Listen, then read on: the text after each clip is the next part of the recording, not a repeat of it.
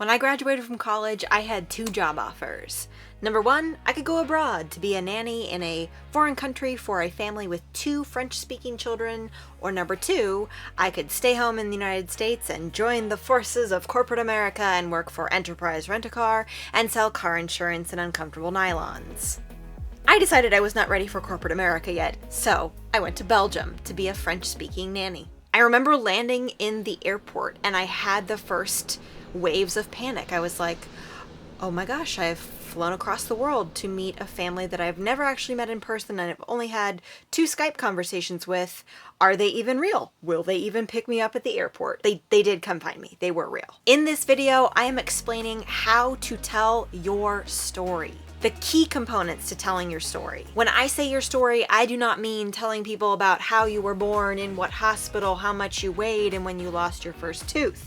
I'm talking about how you talk about your career trajectory, your work experience, your life experience, everything that got you to where you are now that's pertinent in a work context. How do you talk about your career trajectory in a compelling way, in a confident way, in a clear way? Stories about your life, and specifically your career, start with a crossroads. Mine started with the opportunity to either live abroad or spend 60 hours a week in closed-toed shoes, a suit from Macy's that didn't fit well. I opted to fly to a country where I knew no one.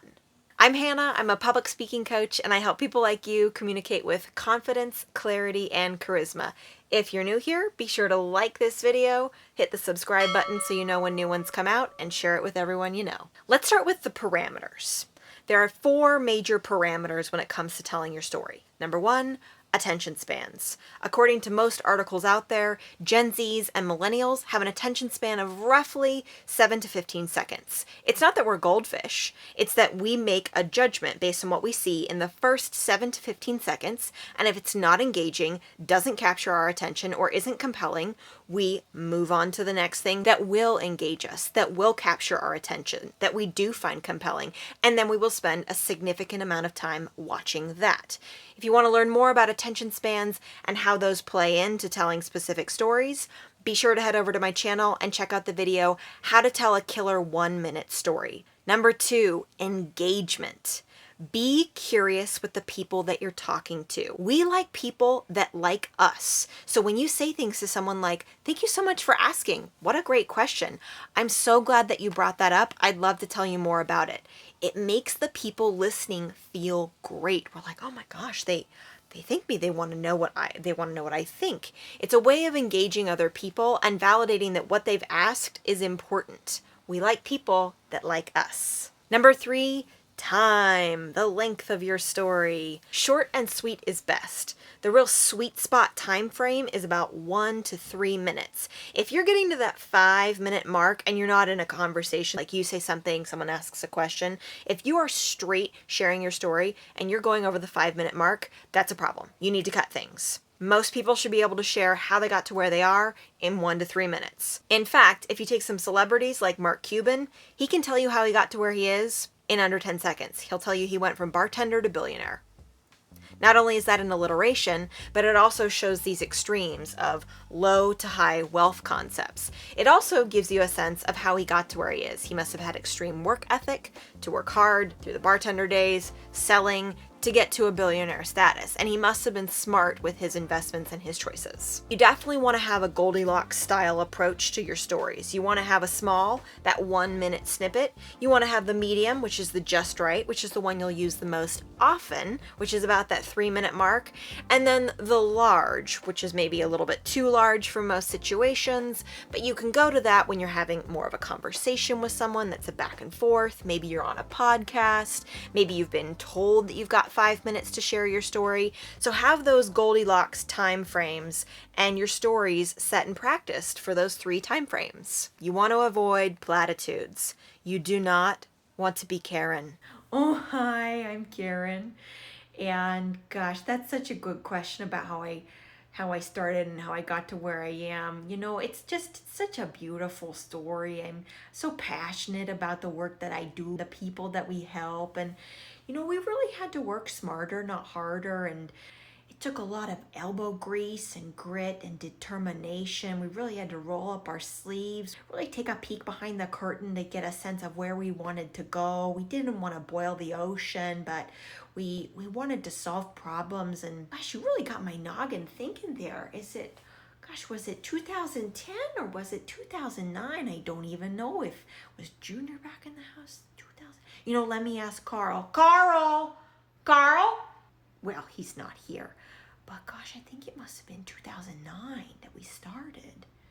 Yeah, we started our company, Cats with a Z Rule. I don't actually know what Karen does for a living, and we are almost a minute into what Karen does for a living. She runs Cats Rule, but we don't actually know what Karen does because she's passionate, she loves her job, doesn't want to boil the ocean. No platitudes. Don't use platitudes.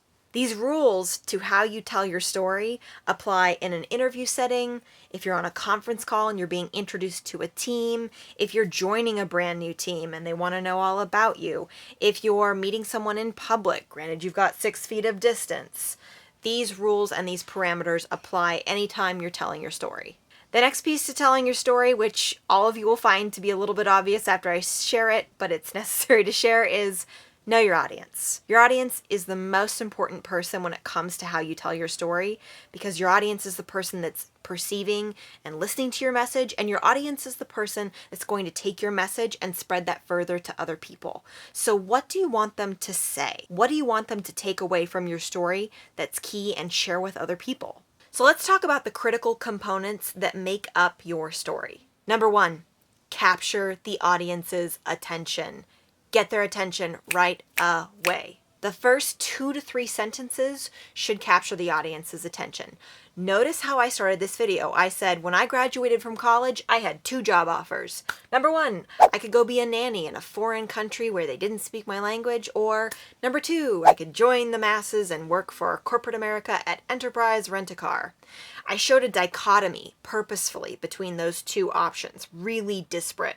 One of them has nothing to do with the other. And as a listener, you're thinking, my tact is kind of curiosity. It's a little bit startling, but mainly it makes you wonder. Here are a few ways that you can consider starting. List commonalities or similarities. If you have a pretty lengthy work experience, group them together in ways that make sense. I worked in 3 different industries over 8 years. I worked in technology and sales, I worked in eyewear in sales, and I worked in pharmaceutical sales. Another approach is to list challenges that you faced. You could say something like, I really struggled when I graduated from college or I graduated from high school. I didn't know what I wanted to do, so I kind of hopped around from job to job to job a little bit aimlessly because I just wasn't quite sure on who I was and what I wanted out of work. Or something like, I worked in the travel industry for 5 miserable years. I stayed in my job way too long. I didn't realize I could leave. I got pressure to stay. And then I had an out and I realized there was more to the world than just the travel industry. You can explain some self-discovery. You can say something like, I'm sure like most of you, when I was 18 years old, I was not doing the same things that I'm doing now. But when I was 18, I wanted a job, so I started painting houses and painting fences. After that, I decided to apply for a job at a bakery. I was one of the bakers that would arrive at 4 a.m. to make all the bread for the bakery. After that, I realized I really liked doing things with my hands, so I started drawing and designing things. I designed logos, images for friends, who sent me to other friends, and then a design agency contracted with me and then eventually hired me. I realized early on that it was really critical for me to do something with my hands that was creative, and that's the route that I took and followed. The next step you want to take after you have immediately engaged your audience is talk about a pivotal crossroad. You'll probably have multiples in your story. When change happens in our lives, in our careers, in our personal lives, we are kind of at a cliff face. We're at a major decision point. We're at a juncture. We have to decide if we're going to jump, run backwards, grab a parachute, climb down a rope. We have to make a decision. So talk about that crossroads and the decision you made and why.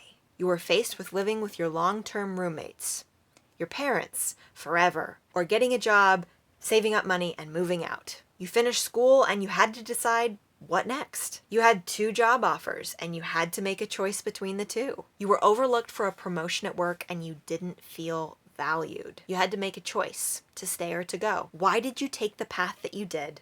What motivated you? For me, I realized that I couldn't put my life on hold forever and live abroad as a nanny.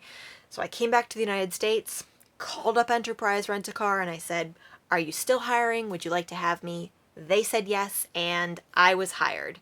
I had to pull myself up by my bootstraps, go deep down the dark rabbit hole of cars and renting cars and insurance, and at Enterprise, we'll pick you up. This is not an ad, just trained to say that.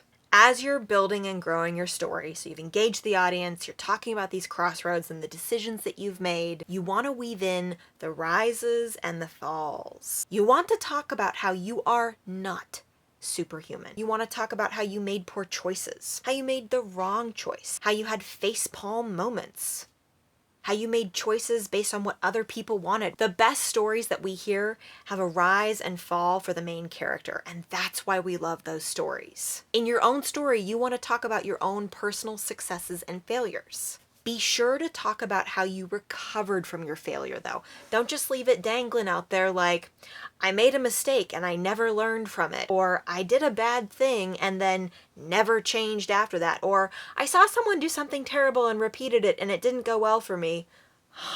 We want to see that there's growth, that you've learned from that experience. J.K. Rowling, for example, was a struggling single mom living on welfare in the UK and writing her book ideas on a napkin. Eventually, years later, she took her fully written book to publishers. She was denied 12 times. Harry Potter was denied by 12 different publishers before Bloomsbury picked it up. We love this story because we see her struggle and her sacrifice, and then her skyrocket to success with the Harry Potter series. Finally, after you have engaged the audience, come to a crossroads and explained it, talked about how you are not superhuman, you want to build your credibility. So how do you build your credibility in light of the fact that I told you to just talk about all of your failures? Talk about what you have learned.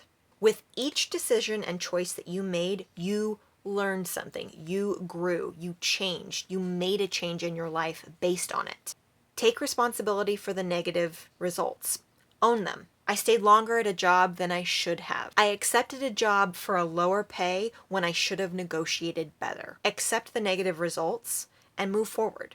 Talk about the experience that you've gained. Think of telling your story like building a giant tower of Legos. You have these big Legos that you use at the bottom. They're the base of your tower. These are your core values. They're your beliefs. These are things like integrity, honesty, responsibility, curiosity, credibility, willingness to try, aptitude in learning. Now, as your Lego tower gets taller, you're going to start using smaller blocks, but you're using these same smaller blocks over and over and over again. They're compounding to get taller. These are your skills that you have honed and developed over time throughout your career. They're like second nature to you now, and they're pretty versatile. These are things like being a team player, selling, analyzing, researching, building relationships, navigating business partnerships, and managing projects effectively. At the top of the tower, you've run out of the same color of those blocks that you've consistently used, so now you're using a different color block, but it's the same size. These are your skills that you have developed and honed over time, but they're being used in all sorts of different facets. You're being able to manage a team and also maybe using some of those managing skills with your friends in your social circle or maybe at home. You're viewed as a leader and you're promoted to leadership roles. You manage direct reports. You collaborate with cross-functional partners. You advise leadership. You advise executive leadership. You lead business development, and you build trust with key internal players. People ask me all the time, can I flat out say things like, I really learned how to sell products and services when I worked at the marketing agency? And the answer is yes, absolutely. You want to highlight that, especially if you've had different careers and different roles. You want to highlight the fact that you learned something in one place, but you're able to use it somewhere else, just like the blocks on the tower in a different color. The Legos are your skills and expertise that you have collected throughout your entire career trajectory. Show them off throughout your story. These are my main guiding principles when it comes to how to tell your story. Take a look at the parameters, attention spans, engagement strategies, time, which Goldilocks bucket are you looking at? Don't use platitudes. Capture the audience's attention. Talk about your crossroads. Be a human being and build your credibility. Ow, that hurt. That's all I've got for you today. If you'd like to learn more, please head over to my channel and hit subscribe to learn more about public speaking, storytelling, and communication at large. Be sure to like this video, and I will catch you next time.